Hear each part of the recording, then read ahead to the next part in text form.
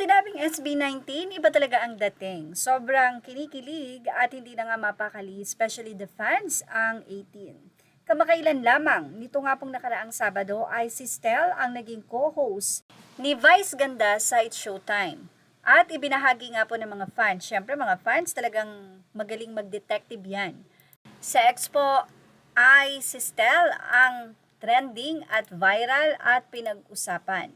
So tuwang-tuwa ang mga fans dahil talagang pagka SB19 ang magigess, talagang nandoon ang pagiging masigasig nila na ito ay subaybayan at agad abangan.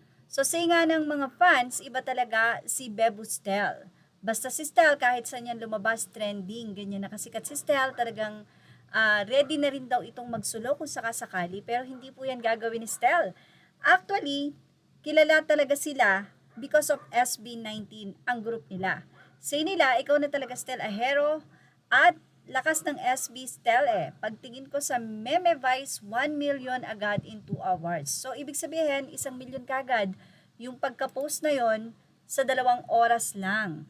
Sobrang nga pong sinubaybayan ito ng mga fans. Samantala, ibinahagi naman ng AIA kung saan ang SB19 ang ambassador nila. Official invite Rethink Healthy Zone on AIA x SB19 Experience. Rethink Healthy Zone. Nako, mukhang may aabangan na naman po kayo 18. Grabe. Sunod-sunod talaga. So, ipon-ipon. Mula sa naging naman ng Radar PH, ikaw yung nag-shoplift. SB19 style once again proved why fans have been campaigning for him to become a regular host after his latest guest hosting appearance on It's Showtime left viewers thoroughly entertained. Even before the episode aired, Vice Ganda was already building anticipation. A day before Stel's guesting, the comedian host posted on X, "Super excited for my co-host tomorrow sa Showtime. Matagal ko na siyang gustong kuning co-host. Sa wakas, napilit ko kabugto before cheekily referring SB19 hit Gento. The episode delivered exactly what fans were hoping for.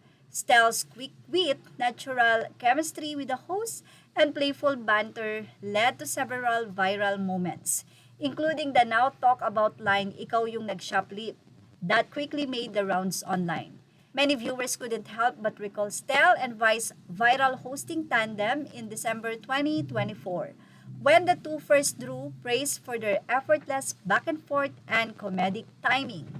By the end of the show, Vice once again voiced what many fans have been saying for months. Mag-regular ka nga dito. Yan po ang inaantay ng mga fans.